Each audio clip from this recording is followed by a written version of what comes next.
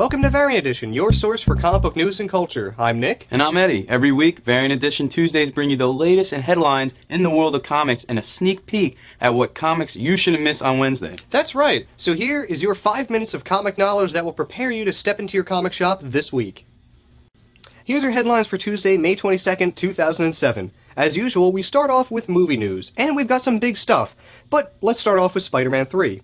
In its third weekend of release, Spidey 3 finished the weekend in second place with $28.5 million, behind the huge $122 million opening of Shrek the Third. For those keeping track, this brings Spidey's worldwide box office to close to $750 million.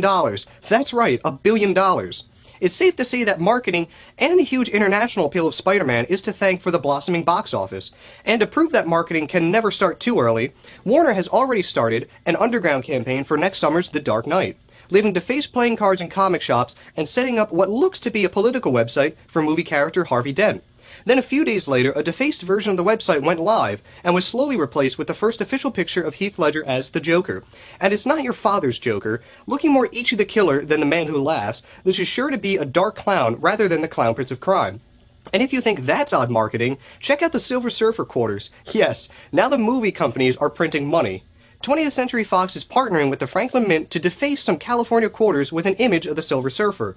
The first 4 people to go online to report Silver Surfer coin findings will receive a special private screening of Fantastic Four: Rise of the Silver Surfer. Since when have quarters had any silver in them? Alright, back to comics. Well, almost. Comic book news has made it to the mainstream press again. This time, it's to report online fan uproar to the recently announced Sideshow Collectibles Mary Jane statue designed by Adam Hughes. Dear mainstream media, when you pay attention to the comic bloggers, it just makes them think that their opinions really do matter. Just do what the rest of the fanboys do and ignore them. In further Spider-Man news, the remaining Ultimate 100... Sorry to interrupt Nick with the news, but just to be clear, Variant Edition respects the rights for all human beings to express their opinions. But we also reserve the right to call them out on how foolish some of those ideas may be. This isn't the first sexist thing in comics, is it? Then why the naive outrage? Superhero comics tend to be idealized representations of the human form. I mean, we're talking at what is at the core mostly wish fulfillment and power fantasies of the spoon-fed masses. And mostly created by men. Oh, and since we're talking about opinion, I don't think that statue is a particularly good representation of the original Adam Hughes art. His art evokes a playful, ooh, I just found Spidey's costume in the hamper, should I try it on? The statue seems to say, I'm about to do the laundry, look at my thong. Alright, now we return you to your regularly scheduled spoon feeding of comic news.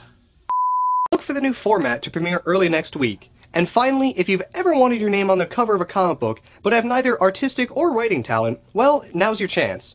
Licensable Bear number 4 is set to premiere this July, and will give the winner of an auction to benefit the Hero Initiative the opportunity to immortalize their name and a message on the cover. Check out heroinitiative.org for more details.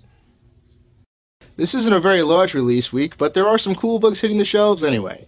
DC continues the countdown to we don't know what yet in countdown number 49. Gail Simone starts the countdown herself to her last issue of Birds of Prey. 106 hits this week, and the title she will soon be taking over, Wonder Woman Streets number 9. Also, be sure to check out Robin number 162. It's got some great cover art there. Marvel hits us with the treasonous Black Panther. Yes, I said it. Black Panther lost the Civil War. Check back a few episodes for my review of Civil War number 7. Anyway, the trade collection of the Civil War Black Panther issues hits this week. He also makes an appearance in Fantastic Four number 546, where he's going to fight Silver Surfer.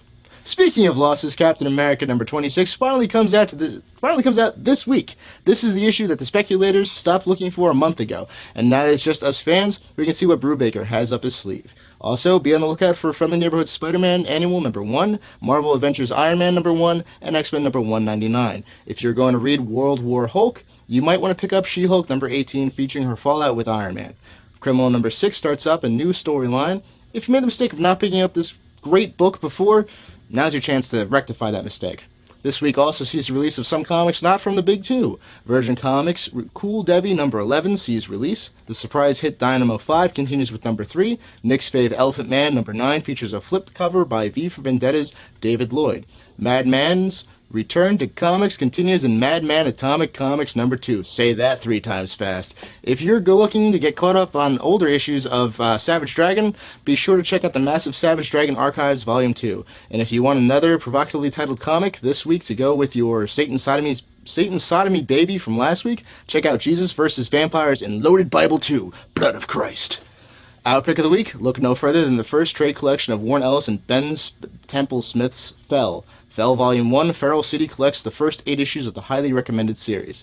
Looking for something more considerably plasticky, in a plasticky goodness sort of a way? Check out DC Direct's Infinite Crisis Series 2 action figures featuring Batman, Superman, Wonder Woman, Wonder Girl, Donna Troy, and Firestorm, all ripped from the pages of DC's huge mega event from last year. If you actually play with these things, here's your chance to recreate all the epic battles that went down. Alright, that's it for Variant Edition Tuesday this week. Don't forget to check out Variant Edition, the discussion, later this week. This week is the long-awaited Spider-Man 3 discussion. Some of us liked it, some of us not so much. And after you watch, check out our forums and tell us what you think. And let us know what topics you'd like to see us cover on the show. We're looking forward to your input. And of course, later on in the week, we'll have our regular Variant Edition packed with reviewy goodness. It's like nougat. And as always, there are quite a few ways to watch us. iTunes, VO, YouTube, Google Video, Blip TV, and on TV through Akimbo On Demand. But if you want the best quality video and the quickest downloads, head over to variantedition.com. I'm glad we have you to do that bit from here on out. Well, that's it for Variant Edition Tuesday. We'll see you next time. That was good. I like how you had it. Because I hate doing that. You're really bad at that. It's not that I'm bad. No, I know.